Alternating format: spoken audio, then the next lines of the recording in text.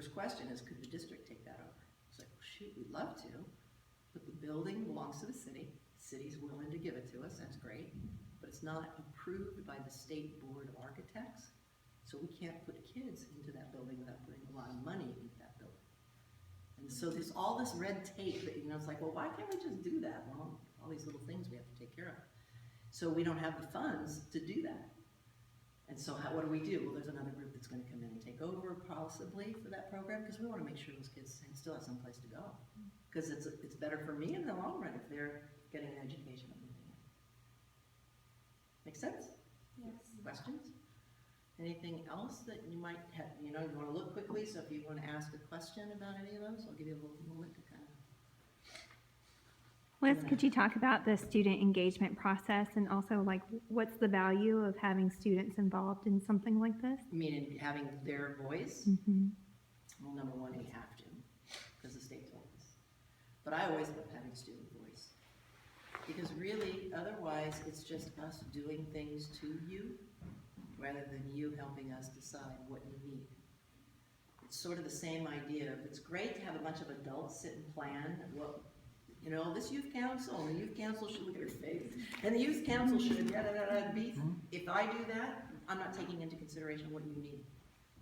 And so having your voice, and so it's really important to have you participate, and there will be people going at each of the sites. I think the academic coaches, so at the high school it's Mr. Moreno and Ms. Rader, will be helping to talk with students, groups of students, randomly picking them to kind of go through the same process and get their voice and idea.